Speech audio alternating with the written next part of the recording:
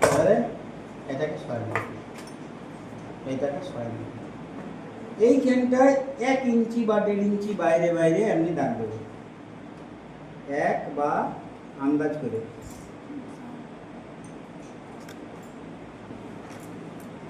এটা কাটবো, দাগ দিয়ে পরে এটা কাটবো, এটা গলাটাই মুড়বো।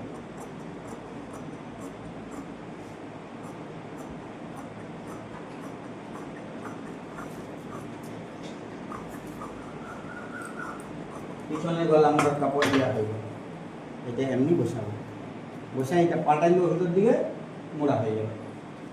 এরপরে এই যে কাপড়টা বেরোলো এইখানে কাপড়টা কোনো মাপের দরকার নাই, ডাইরেক্ট এইটা এই 1 ইঞ্চি বা 1.5 ইঞ্চি বাইরে রেখে এটাকে সামনের গলাটা মুড়বো। এইটাই সামনের গলাটা মোড়া, এত লাগবে নাই কিন্তু আছে, পরে কাটবো।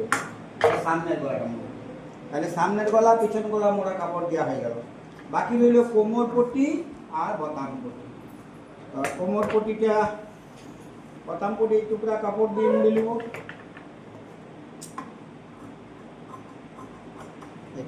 বোতাম পট্টির জন্য চওড়া চাই 1.25 ইঞ্চি বা 2 ইঞ্চি চওড়া কাপড় চাই। এইটা দুটা কাপড় আছে, লম্বাটা একটু কম হবে, এর সঙ্গে জুড়ে নেব টুকরা কাপড় নিয়ে লম্বাটা বাড়াই নেব, বোতাম পট্টিও হয়ে গেল। বাকি রইল কোমর পট্টি, এইখান থেকে কোমর পট্টিটা করে নিচ্ছি। এখান থেকে সোজা প্রথমে এইটা করে দিলাম,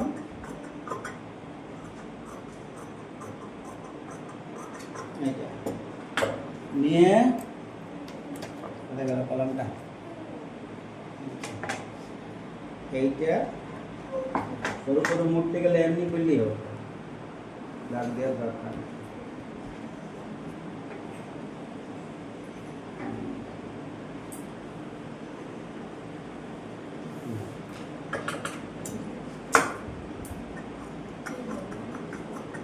আচ্ছা, আমি 90 সেন্টিমিটার কাপড় নিয়েছিলাম, আমার কি কাপড় অল্প লোকসান গেল?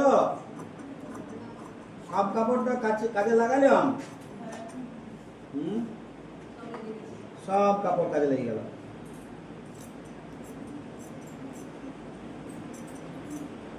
সব কাপড় বেরাইও গেল, কোমর মোড়া গলা মোড়া হইল, কোমর পট্টি হইল, এইটা হয়ে গেল কোমর পট্টি।